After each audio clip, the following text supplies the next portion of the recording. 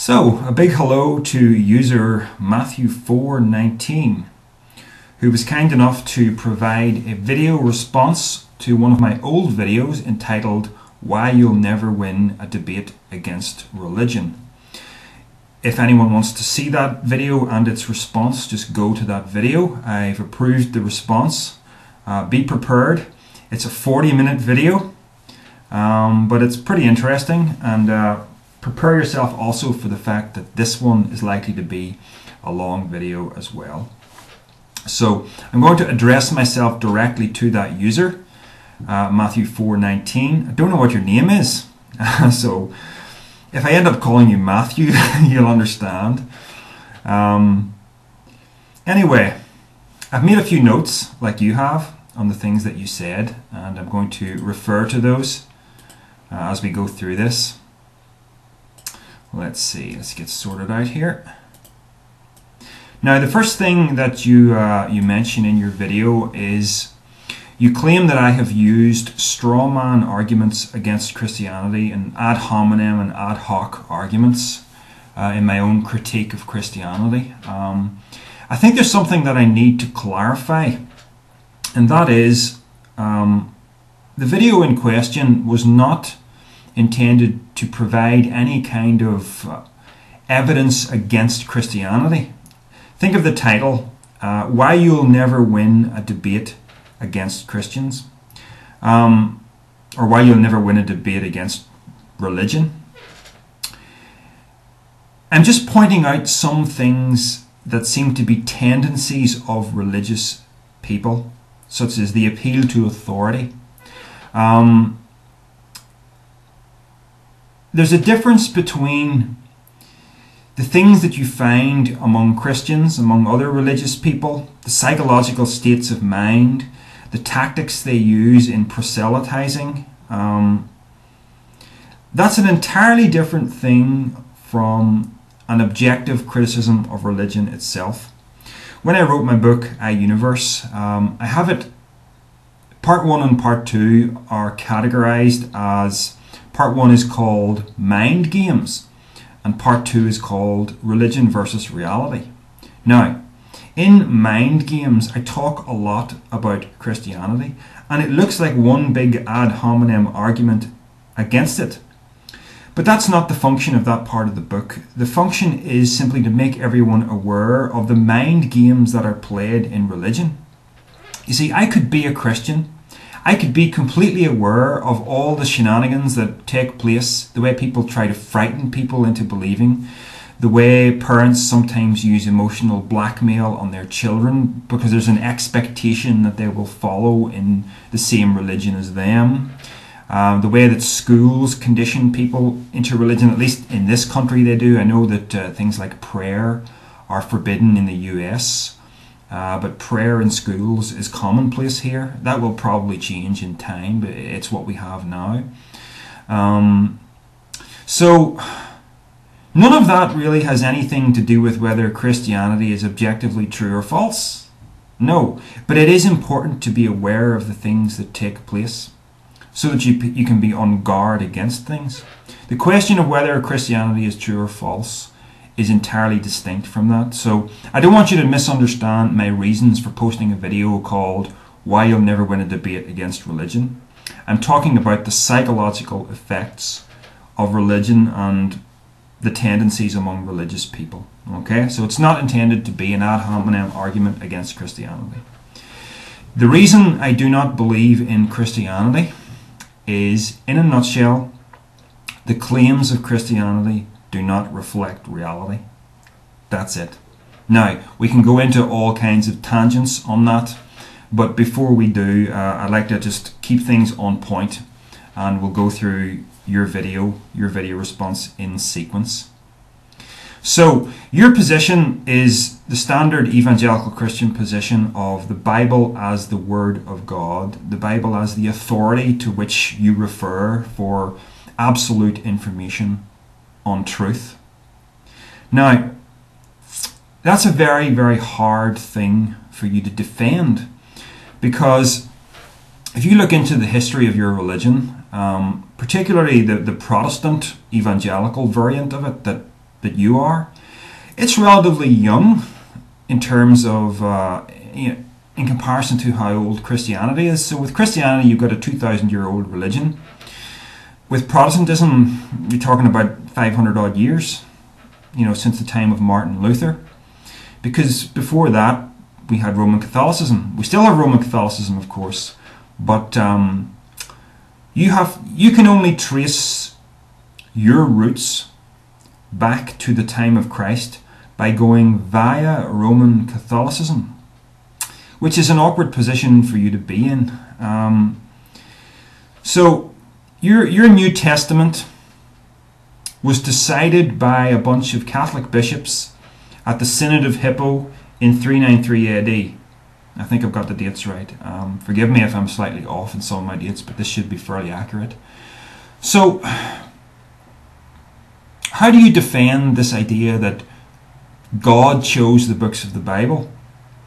Because at the Synod of Hippo, they were making a decision on which books to include and which books to exclude. And this decision was made by men who were Roman Catholic bishops. And they had to be Roman Catholic bishops because there was no Protestantism. There wouldn't be Protestantism for another 1,000 years. So, and the funny thing about it is, when Luther came along and developed this other branch of Christianity that is now thriving to an extent,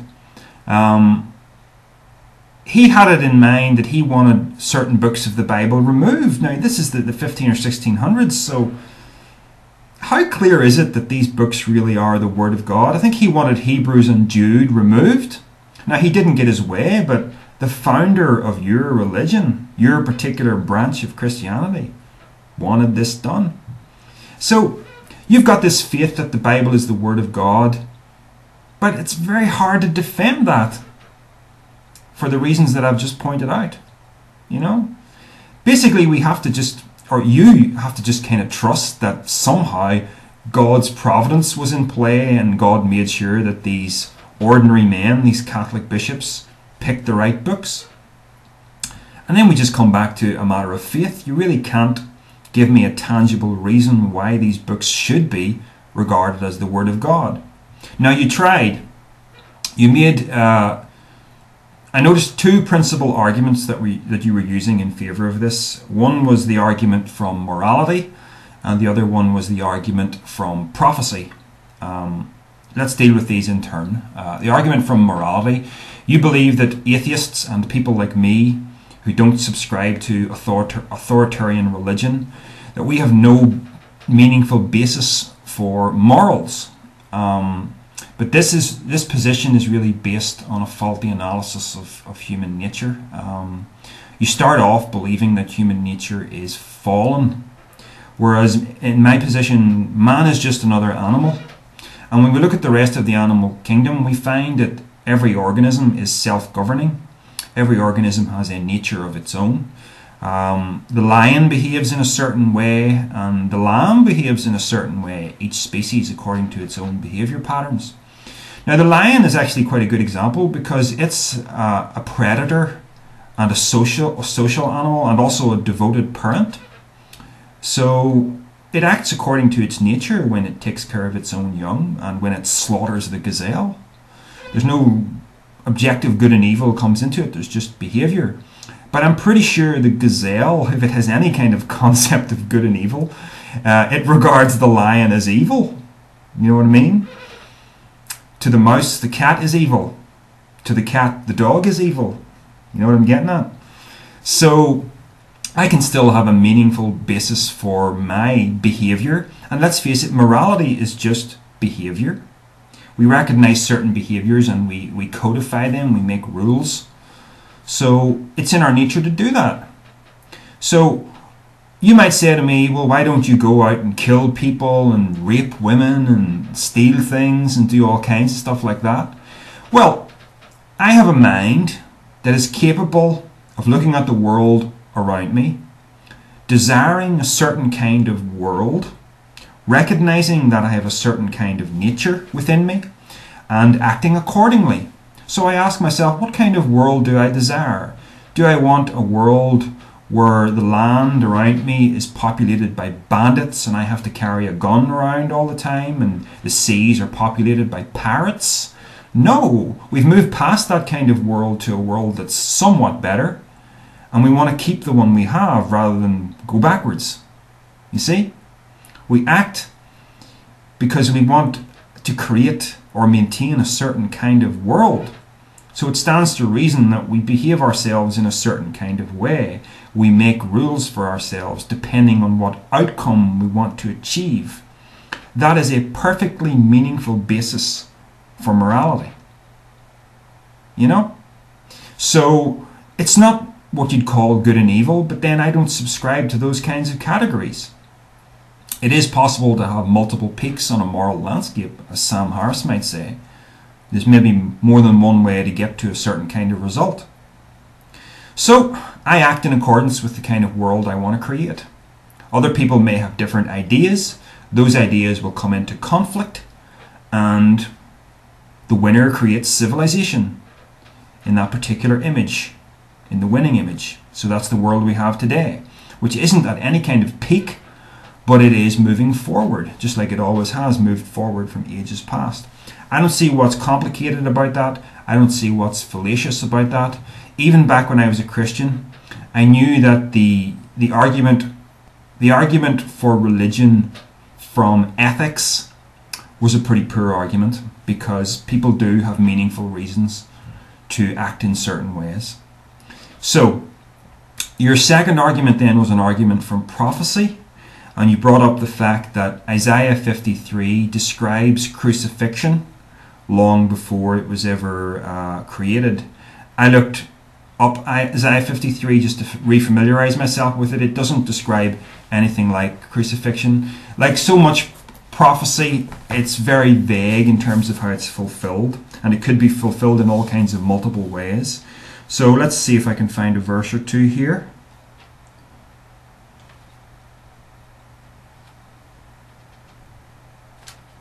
He was pierced for our transgressions, he was crushed for our iniquities. The punishment that brought us peace was upon him, and by his wounds we are healed. We like sheep have gone astray, each one of us has turned to his own way, and the Lord has laid on him the iniquity of us all. Of course I see how that can be fulfilled in the person of Jesus, and how, especially how the theology is developed in the writings of Paul. But you have to recognize what's being done there. There certainly was a New Testament teacher called Jesus who was executed for his troublemaking. Did he rise from the dead? Probably not, and we'll come to that. We'll come to my reasons for that in a moment. But the theology was really only developed by Paul. You have to read a lot of the writings of Paul where he draws all the significance out of what Jesus' death actually meant in terms of the Judaism that he held to beforehand, you know.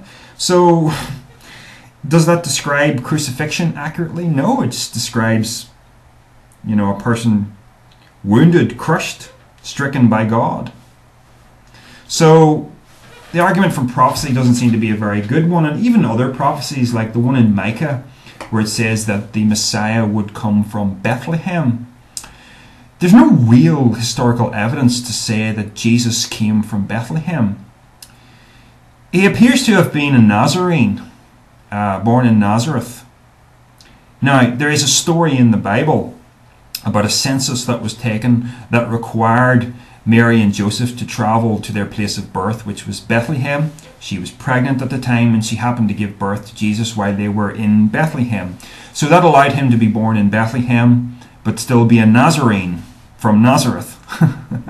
You know, and that was a very odd census, being called back to the place of your birth or whatever it was. Yeah, and it's not, of course, it's not backed up by secular history at all. So we just have a story in a religious document telling us that this thing really happened. So you can write the fulfillment of a prophecy. It's not that it actually, because you read it in this book and then you look backwards to a book that was written 1,000 years or whatever beforehand, that it was a fulfillment of the prophecy. It could be just something that someone wrote in order to fulfill a prophecy. And in fact, this thing does occur in the apocryphal writings of the New Testament. I did read a passage from Pseudo-Matthew, which is an apocryphal infancy gospel about Jesus, where it talks about how Mary and Jesus, when he was a boy, Mary and Jesus went to Egypt, and the idols all prostrated themselves before him, like they recognized that this was the Messiah. Like all the stone idols fell apart. And it says in the text that this was a fulfillment of something from Isaiah verse whatever. I can't remember the exact verse. But of course, this is in the Apocrypha. This is in the non-historical apocryphal writings. You've got backwards pointing to prophecies that are now being fulfilled, but they're not being fulfilled. The fulfillment of the prophecies is being invented, written down as fiction. Now that's verifiable. So why should I believe that the claims in the four Gospels really happened, particularly the resurrection? Is there a good reason to believe this? No. In fact, there are certain very strong reasons not to. During the during the crucifixion, something is written to the effect that the sky all across the land went dark for a period of 3 hours. Now, I had an argument recently with someone who was trying to argue fiercely that no, it was just cloud cover. The sky just went dull and darkened. No, if you read the text, it's pretty clear that they are alluding to a very particular event that was not a normal event and was worthy of particular note. The sky went dark. The sun was hidden for 3 hours in the middle of the afternoon. So that's recorded in your scriptures. Don't you think something that strange would be recorded somewhere in secular history of the time? Because it was across the land. Everything went dark. Now it's not an eclipse, because eclipses last for a couple of minutes as the moon goes across the sun, or as the earth comes between the sun and the moon. A couple of minutes and it's all over. 3 hours. Nobody says a thing about it except the gospel writers. And probably just one gospel writer, because there's evidence to suggest that there was Matthew, Mark and Luke originally came from a single document that scholars call Q. This is how they account for the similarities between Matthew, Mark and Luke, whereas there is quite distinct differences with the Gospel of John. So anyway, you can see I have rational, reasonable reasons to not believe. And like I said earlier, the claims of Christianity do not reflect reality. If I was going to, devote my life to this, I would need a good enough reason to believe, and I don't have a good enough reason. And the reasons that I used to believe for the 18 years that I was a Christian, they weren't good enough. Christianity was teaching me things about life and about human nature that simply weren't true and can be shown to be not true in the light of science. Now, one of the big problems that you have with my way of thinking is that I state that I'm always open to change. I'm not dogmatic. I think you've misunderstood that to some extent. You described me as having what was it? I've written it down here. Hang on. A bag of cats running through my brain. And you're thinking that I don't ever really commit to believing anything, but I do. I commit fully to whatever I think is the truth. But I also recognize that I can be wrong. And when I recognize that I can be wrong, I have to be open to change. And hey, this also means, could I be wrong in my assessment of Christianity? It doesn't seem likely, but I have to say, yes. And if I'm wrong, I'll change my mind and I'll become a Christian again. All you have to do is show me that I'm wrong. And that's genuine open-mindedness there. I'm not trying to be a smart aleck. But the problem is nobody does. Nobody seems to be able to. The arguments that I have, developed against Christianity, and they're only against Christianity because that's the way the chips fell. It's not that I have some sort of malicious agenda. It's not that I don't want rules on my life. It's not that I hate God. In my experience, Christians tend to reach for these stereotypes and pin them on people, but it's not a good fit in my case. I'm someone who spent a great deal of time as a Christian and who got something out of it, but also recognized that there were huge problems with it and ultimately had to conclude that it just wasn't true. It didn't reflect reality. Now, my case against it really, stems, I think the strongest case against Christianity is the fact that this idea that there was a metaphysical event, or a literal event if you prefer it that way back in the mists of time, that is alluded to in the scenario of the Garden of Eden and the serpent and everything else, where man fell from a state of grace, and at that point he inherited death and a sinful nature, and he needed redemption. Therefore we have Christ. Okay? This whole idea that man is a fallen creature, this is erroneous, and it can be shown to be erroneous from what we've learned scientifically about the brain and about evolution. Now, I just said the dirty word, didn't I? Evolution, because I know you don't accept evolution. So let me digress for a moment to give you a very brief case, a succinct case for evolution. Okay, our research about where man came from seems to indicate that we emerged out of Africa, right? So the dark-skinned people of Africa are what ultimately populated the rest of the world. That doesn't seem to be under any dispute now. So I'm not dark-skinned, I'm white-skinned.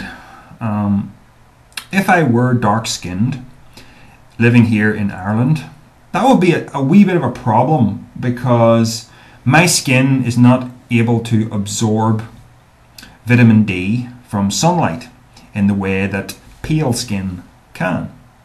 So if you are a dark-skinned person living somewhere like here, your health would be better off if your vitamin D was supplemented with pills or something. But I get just the right, my pale skin goes hand in hand with Ireland, and it works.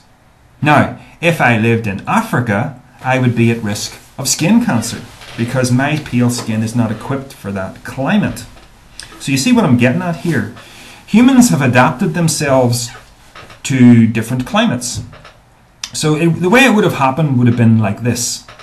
The Africans originally emerged out of Africa and populated colder climates. See, their dark skin is able to absorb harmful radiation in a way that makes it far less likely for them to have cancer, and they can absorb vitamin D that way as well. So when they went to colder climates, they couldn't absorb the vitamin D. But if one of them gave birth to someone who had a particular mutation in that their skin didn't produce as much melanin, or eumelanin, I think the word is, that's what causes the dark pigment, then that gives that person a greater survival advantage in the colder climate. Therefore, if you have a greater survival advantage, you produce more offspring whose DNA is the same as yours. And over a great span of time, you will eventually find a population of lighter skinned people developing in colder climates, while darker skinned people remain in warm equatorial climates. Okay? So there you have adaptation via mutation happening in the human organism. Now you may argue, but they're still human beings. But the thing is, if you allow for small changes, why can't you allow for larger changes if you just have a larger span of time? In other words, what you're really doing is you're putting a false limit on the kind of genetic change that can occur. And that false limit is based on nothing more than your personal need to defend an inflexible dogma that you believe is the absolute truth, even though it contravenes what life is showing you scientifically about how the human organism works. I mean, to To quote an even far less complicated example, what do you do with a human being that is born with a tail? That sometimes happens. Okay? I mean, could there be any more greater hint that we are at one with the animal kingdom than occasionally a human being is born with a tail? You know, that's one of many kinds of mutation that could happen to us. We don't have tails because we don't need them anymore. We're bipeds. You know? So, I know this probably hasn't convinced you of evolution because that's a real tough nut to crack, but I'm just describing to you how evolution is rational, how it makes sense of the world. Now, I need to take this a little bit further because I'm at risk of getting off topic. We were talking about this thing, the sinful nature.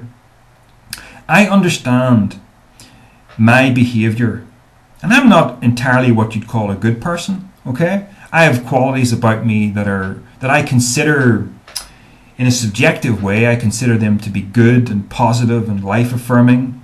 And I also have things about me that I don't like and I struggle to overcome. I have, you know, there's the kind of person I am, the kind of person I struggle to be.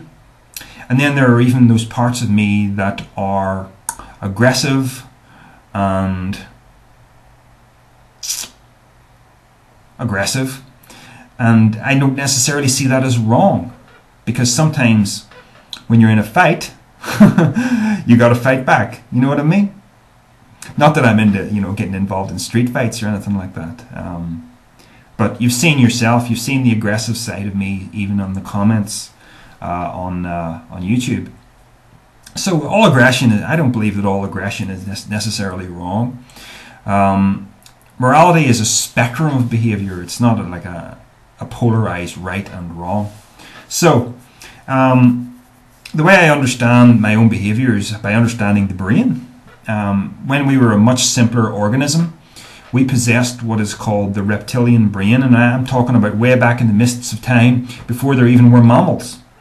Now, the reptilian brain is only capable of very simple kinds of behavior: fight or flight responses, mating.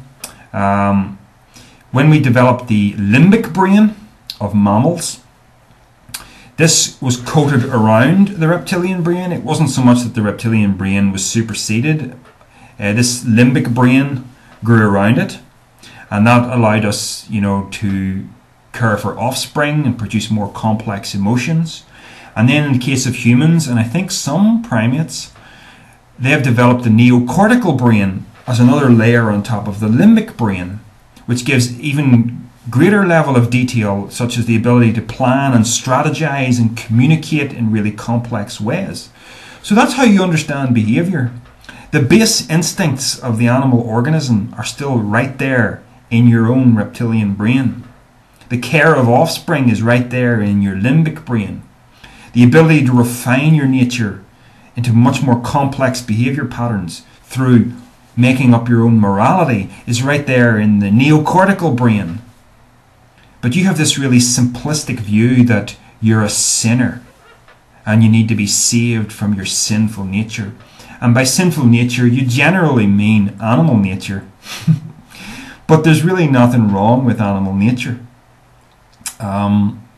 We just possess a neocortical brain that allows us to make better decisions. So in the arena of sexuality, say, this is why most of us would consider rape to be terribly wrong, whereas many animal species, it's simply a case of grab the nearest female and jump on her back. You know what I mean? So we prefer a world where, you know, that doesn't happen, where people pair bond together. Some animals do that as well. It's not all quite so crude as raping the nearest female. You know what I mean? So this is how I understand myself, and I can understand myself perfectly coherently in these terms. So, if man started out as a bunch of cells, if all life on this planet started out as a bunch of cells that mutated, grew, formed colonies, grew more, grew into organisms, simple organisms grew into complex organisms, and over vast eons of time, here we are today. So there's no room in this picture for a sinful nature, for a fall from grace, And I actually do kind of, I give you respect for being a Christian and denying evolution. Because there are Christians today who accept evolution, but somehow they still want to have evolution and also have redemption. And I think you recognize that you just can't have them both. It doesn't work. If there was no fall from grace, there is no need for a Saviour.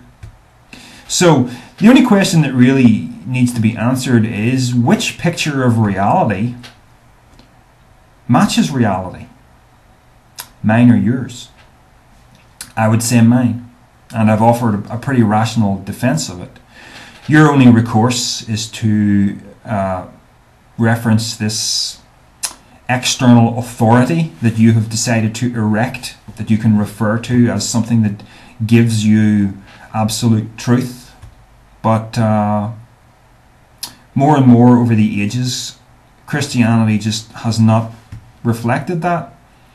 I mean, look way back in centuries ago when the church held to the view that the earth was the centre of the universe. Now that wasn't true, and we eventually discovered that wasn't true, but it couldn't happen without Galileo being imprisoned for the remainder of his life, and people like Giordano Bruno, the Italian astronomer. He was executed. I think he was burnt at the stake for holding the view that the universe may be populated by other Earth-like worlds like ours, and other heresies. Cost him his life at the hands of the church. It's a very dangerous thing to give yourself up to an external authority. I'm autonomous. And you've used that word in criticism of me, but it's not a criticism of me. I don't take it that way, because autonomy, you have to have your own autonomy. Otherwise, you are a slave. And I know that maybe doesn't faze you, because the Bible literally says to be a slave of Christ. But I'm not prepared to be a slave to anything that hasn't actually justified its truth. And Christianity has not justified its truth. And I think as time goes on, we're going to see more and more that its claims just don't reflect reality. Man isn't a fallen creature. The cosmology in the Bible just doesn't reflect cosmology as we find it.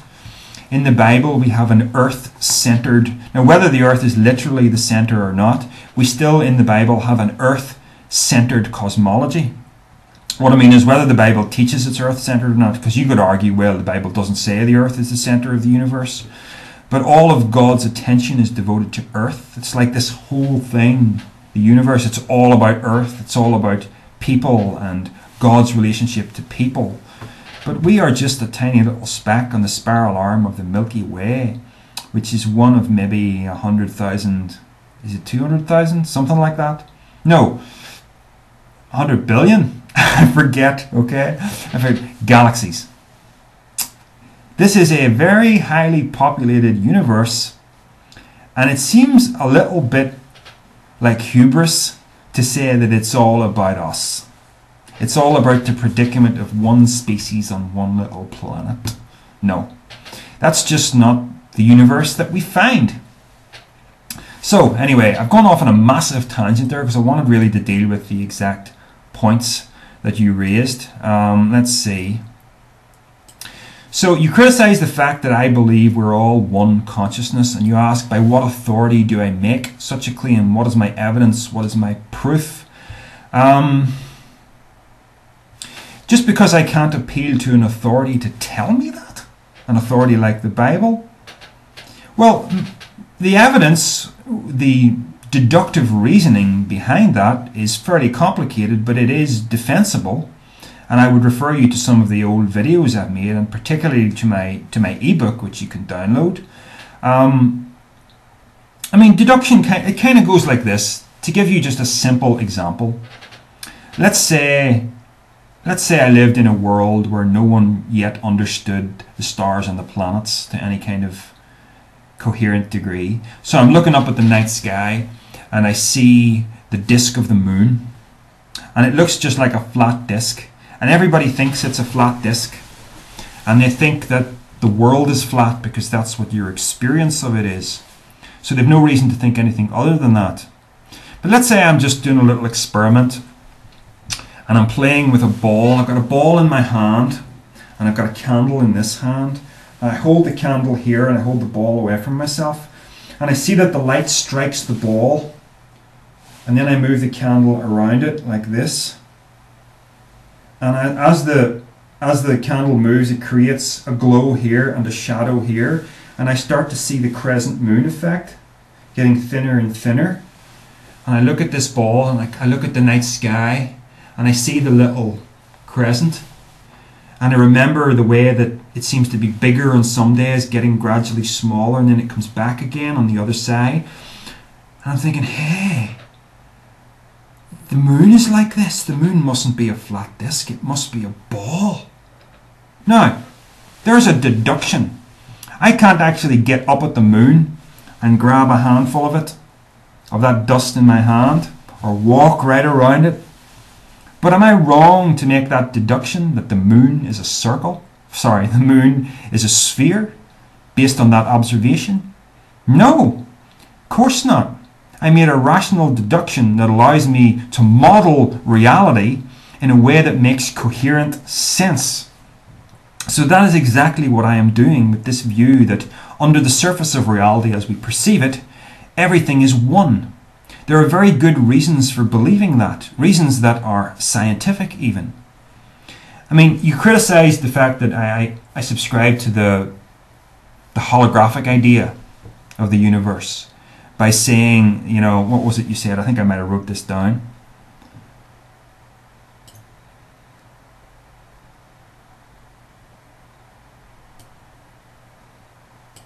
No, but you mentioned something about, you know, if I punch you in the face, you're going to feel the pain. As if that disproves the holographic idea of the universe. It doesn't. Appearances are appearances. You know, to give you an analogy of this, if you play a video game, one of those first-person shooters, and you grab the bazooka, and you point it at the wall in the video game, and you fire the bazooka, the wall blows to bits, and you can walk through, right? That happens, even though it doesn't really happen, right? It's not in the real world. Yet you have a three-dimensional experience of that happening on a television screen. The fact that it's not real, in terms of being solid, doesn't mean that the effects aren't there.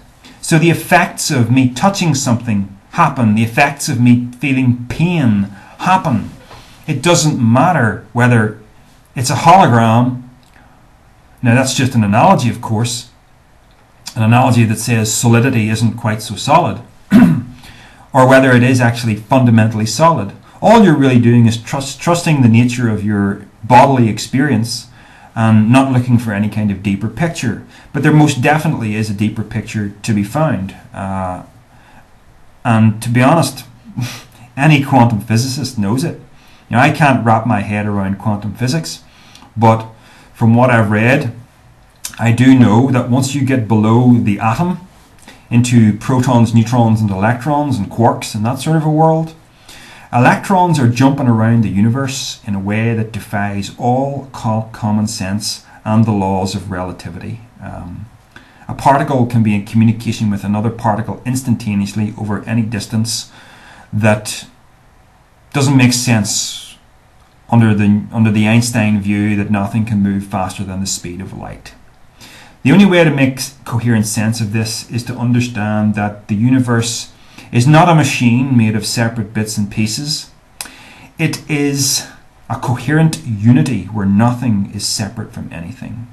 That is my way of modeling the universe. It's a very sensible way of doing that. And when you throw this little jibe about how slapping someone in the face somehow disproves the holographic theory of the universe, just shows me that you're really not prepared to think about it. You actually make a statement. You're using your own reason and logic to develop your reason and logic, and you call this a circular argument?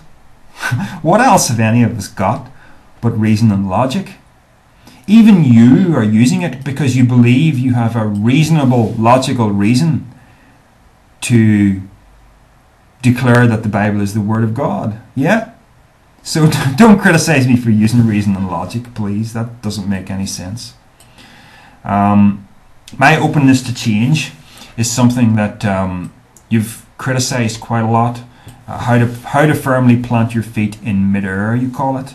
No, I've already explained that I commit fully to what I believe. I just make sure that there's part of me is ready to revise those beliefs when I learn new things. I make the statement, we'll never have ultimate truth, yet I make truth claims. Well, you understand that, you know, the great quest of science is the discovery of a theory of everything, and we don't currently have a theory of everything, and we're not sure that we're ever going to get a theory of everything. So when I say we'll never have ultimate truth, I'm just siding with the view that we'll never reach a theory of everything, because we can't be omniscient, because there's always new things to learn, because when we probe things deeply enough, the universe seems to recede away from us. You know, the original idea of the atom under the Greek thought, the philosophers called the atomists, was that the atoms were the fundamental particles of the universe. But when you when you discover what you think is a fundamental particle, what's to stop you asking, well, what's that made of then? And when you get below that, you ask again, oh, well, what are those made of then? And this can just keep going on and on, you know. You never really arrive at it. And when you get below the atom, the universe just seems to go blah, you know. it won't let you get a hold of it. So that's what I mean by we'll never have ultimate truth. That, you know, our relationship to truth is always somewhat subjective and open to revision. Smart people realize that, rather than becoming dogmatic and set in their ways. I mean, it doesn't seem likely to me at this point that there will be any major fundamental changes to my worldview, such as, you know, this view that everything under the surface, everything's one. Is that ever going to change? I doubt it. And yet I reserve the important position that I'm ready for that if it happens. I'm not so emotionally invested in this belief that I can't change it if I discover myself to be wrong. And that just seems healthy to me. As a thinker, that seems healthy to me. Okay, you talk a little bit about the whole thing about God's Old Testament genocides, where he commands the slaughter of men, women and children. This has all been covered in detail in other videos of mine, particularly the one called A Challenge to Christians, if you want to look that up. You ask me, is infanticide okay? Am I pro-abortion? I don't find abortion to be desirable at all. I think there are certain mitigating circumstances where it probably should be permitted, such as if a woman is raped and becomes pregnant, or if there's danger to the mother, to allow the child to come to full term. This idea of women carelessly getting themselves pregnant, then not taking proper responsibility for that and having abortions, I don't like that at all, frankly. I think it's irresponsible. I did make a video about abortion called The Soul and the Ethics of Abortion, if you want to look at that. I may have revised my position a little bit since then. I'm not sure. I would have to look at that. So, I'm not really, you know, it's not as simple as pro-choice or, you know, anti-abortion. It's not desirable. You know, I'm pro-life, sorry, I was looking for the right word there.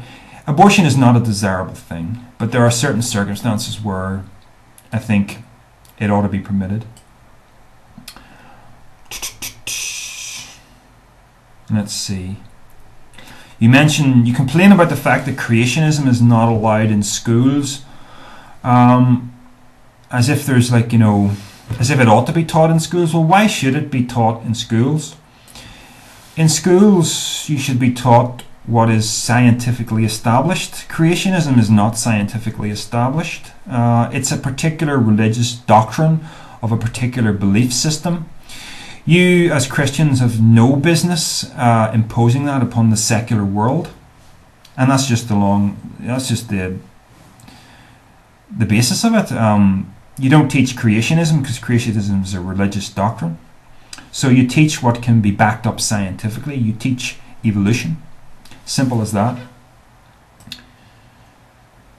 See, you mentioned the fact that you have put your own kids into homeschooling. I don't have kids or anything. I actually work in a school, by the way. I don't have kids, but if I did, I wouldn't homeschool them. For the simple reason that I think it's important that kids get an experience of life and that they are not overly protected, which can be detrimental to their own development as human beings.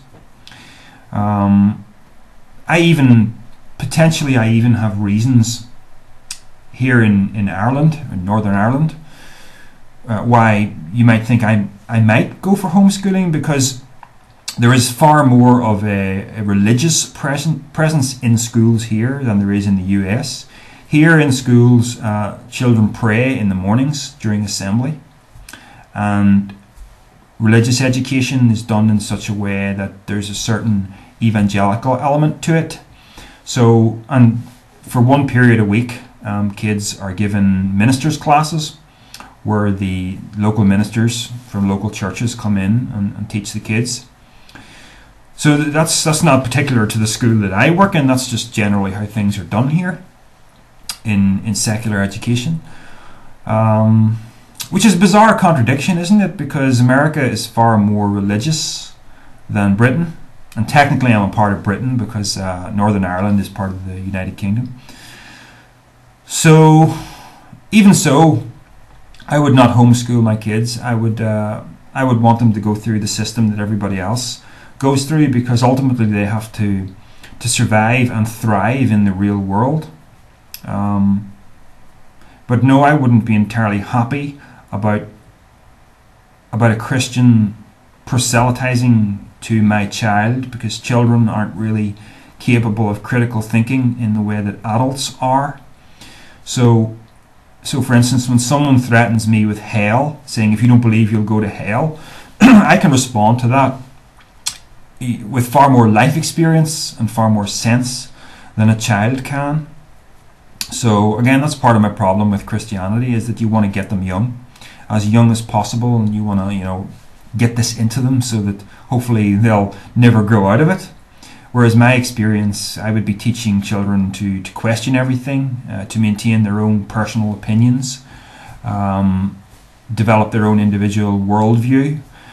I don't subscribe to the view that they should believe necessarily what I believe, unless that is the position they come to after much careful thinking. So you mentioned the fact that I don't like people forcing religion down my throat. Well, I'm not sure what impression I gave in that video, but I don't really have a problem with evangelism. I'm happy to listen to Christians. I tend to enjoy debates with them, and I'm enjoying this one.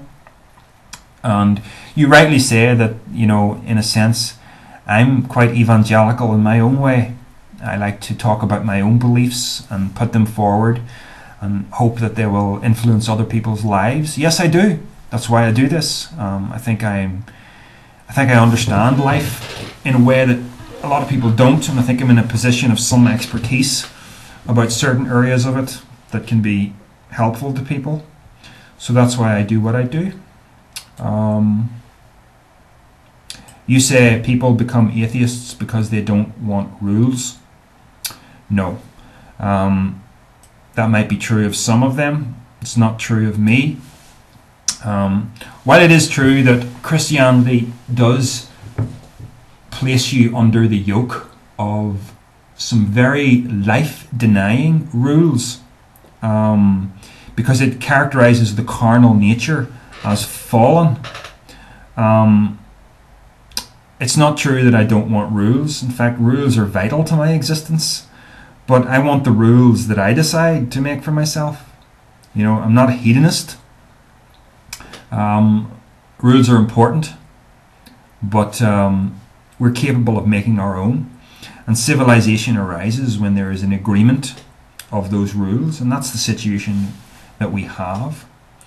So People don't, people don't deny Christianity because they don't want rules or because they hate God or whatever. You just failed to make your case. Christianity does not reflect reality. And that's the way it is. If I'm wrong, I'm open to being corrected. But so far, it hasn't happened.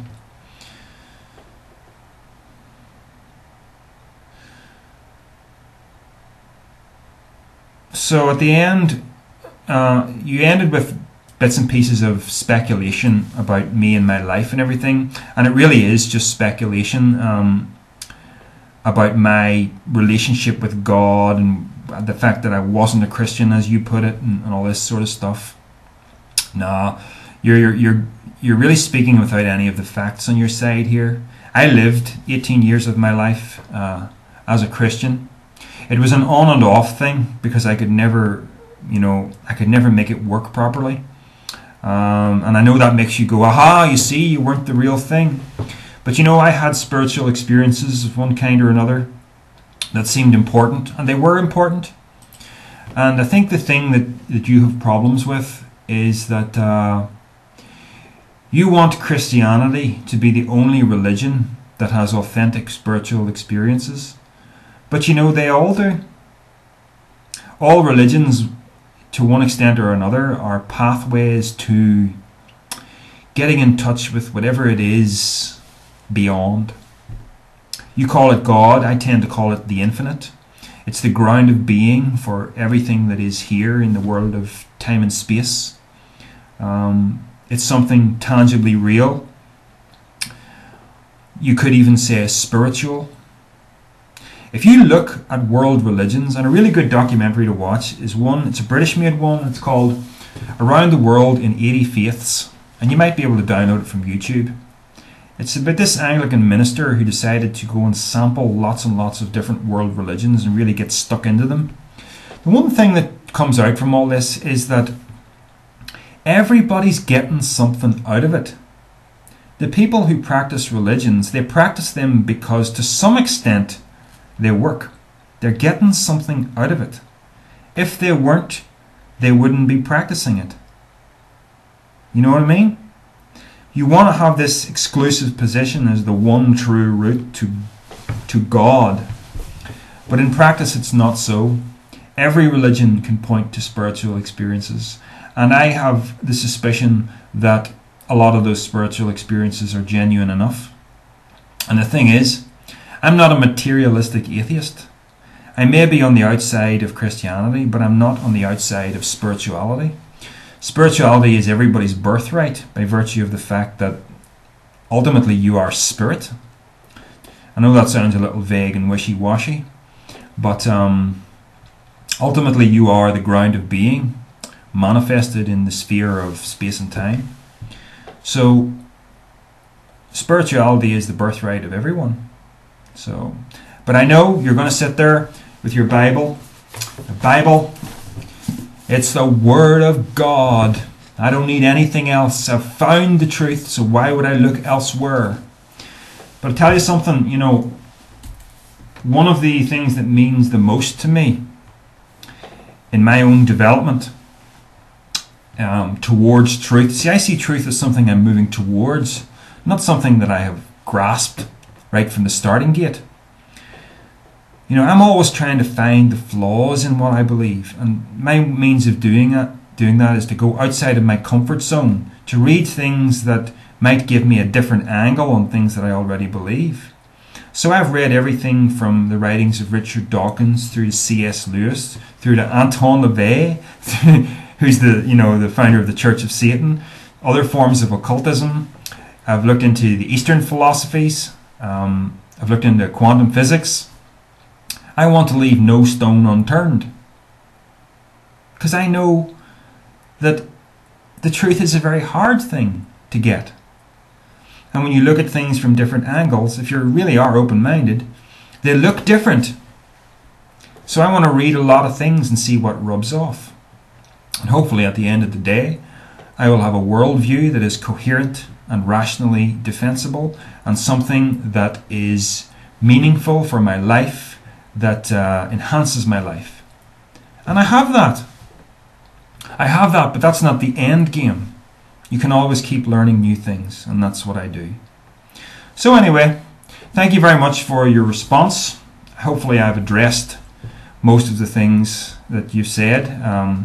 If I addressed everything, I think this would have been a really, really long video, even though it is a really long video. So anyway, thanks very much. Feel free to make another one if you want to. Bye.